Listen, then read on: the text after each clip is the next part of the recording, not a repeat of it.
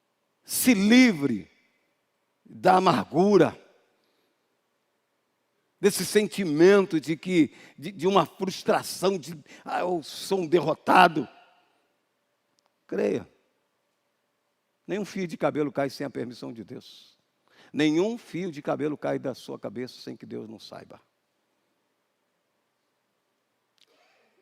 Paulo vem dizer sobre isso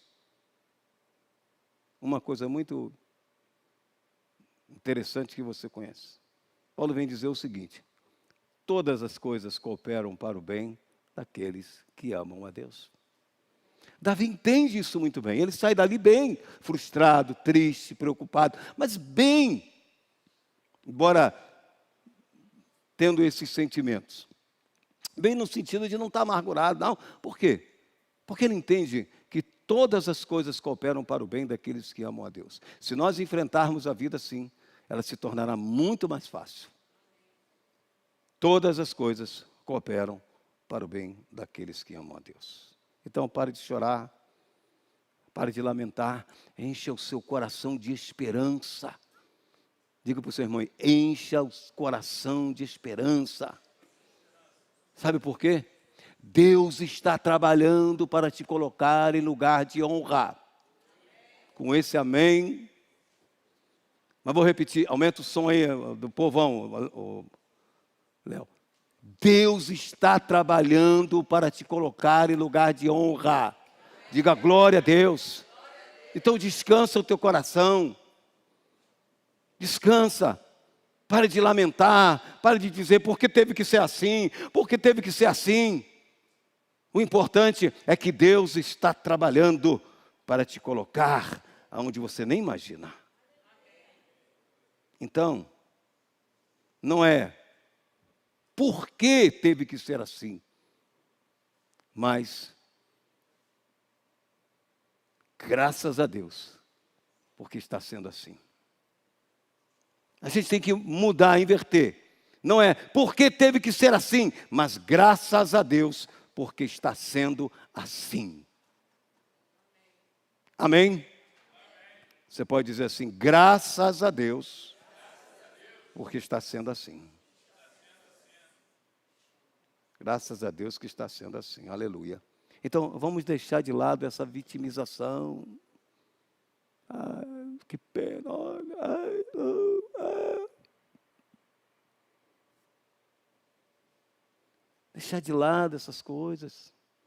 Pare de ter pena de você, é o pior sentimento, ter pena. Pare com deixa de lado essa vitimização e vamos crescer nas dificuldades. Aproveitar esses momentos para amadurecer mais a nossa fé. Pare de ficar lamentando, ou você crê em Deus ou você não crê. Eu aprendi, tenho aprendido a cada dia mais, eu não quero lamentar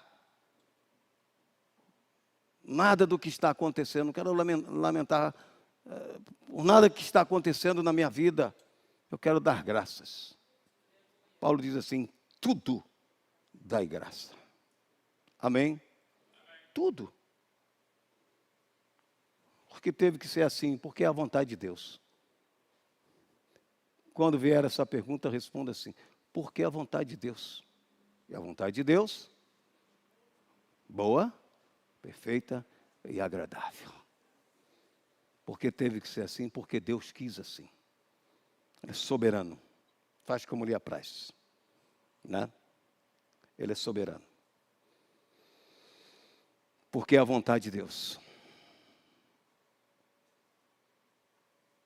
E uma coisa é entender isso. Talvez você diga assim, pastor, eu entendi isso. Beleza. Outra coisa é ser curado disso. Não? Você acabou de entender isso. Porque teve que ser assim. Entendi, é a vontade de Deus. Né? Mas, às vezes, a gente está partido por dentro, ferido no coração. Né? Porque Deus permitiu, porque foi assim, porque teve que ser assim. Às vezes isso traz uma ferida. Mas a Bíblia diz que aquele que fez a ferida também vai sarar. Né? Então, se Deus permitiu, e essa permissão de Deus lhe criou uma ferida, Ele mesmo vai sarar o seu coração. Amém? Nós vamos orar para Deus curar a tua alma, né? Limpar o teu coração de qualquer frustração, qualquer resquício que ficou, e olhar para frente e saber que Deus está trabalhando. Não passou muito tempo, estava Davi sentando no trono, sem ter que levantar um dedo contra o seu inimigo. Muito pelo contrário, quando Saul morre, ele chora, ele lamenta. Né? Ele não diz assim, graças a Deus, Deus é Deus de justiça, aleluia. Tocou no ungido de Deus, Deus mandou um raio. Davi chorou. Davi entendeu o quê? Esse homem foi só um instrumento para mim. Esse homem foi levantado por Deus para eu entender que Deus está no controle de todas as coisas. Esse homem foi levantado por Deus para provar meu coração. Se eu ia andar com mágoa, magoado, chateado com Deus, amaldiçoando, não. Deus permite certas coisas como prova para a nossa vida. Porque teve que ser assim. Porque Deus quis que fosse assim. Davi sentou no trono. Porque Deus sabe o que faz. Deus é bom e Deus sabe o que faz. Você sabe aquela historinha de um senhor sair com seu servo, crentão, né? E tudo ele dizia assim, não, meu senhor, Deus é bom, Deus sabe o que faz. E um dia eles entraram por uma mata, tinha uns índios lá, não, antes disso, eles saíram, e esse servo sofreu um acidente e perdeu os dedos de uma mão. Né? E ele disse para o senhor dele, Deus é bom, Deus sabe o que faz. E aí o senhor dele responde assim, como é que você diz que Deus é bom? Você perde seus dedos, Deus é bom, Deus sabe o que faz. E eles vão para uma mata lá caçar, uns índios pegam ele, e pegou o servo dele, e disse assim, nós vamos matá-lo, vamos matar. Né? Aí, alguém lá disse assim, não podemos matá-lo para comer. Por quê? Porque ele tem um defeito, e nós não comemos quem tem defeito. E quem eles comeram? Quem eles colocaram no caldeirão? O rei. E o servo disse, Deus é bom e sabe o que faz. Né? Então, irmãos, Deus é bom e sabe o que faz. Por que teve que ser assim? Porque essa foi a vontade de Deus para a minha vida. Porque Deus quis assim. O importante é que os planos de Deus não se frustrarão. O importante é que Deus vai cumprir o que prometeu. Feche os seus olhos e curve a sua cabeça. Músicos.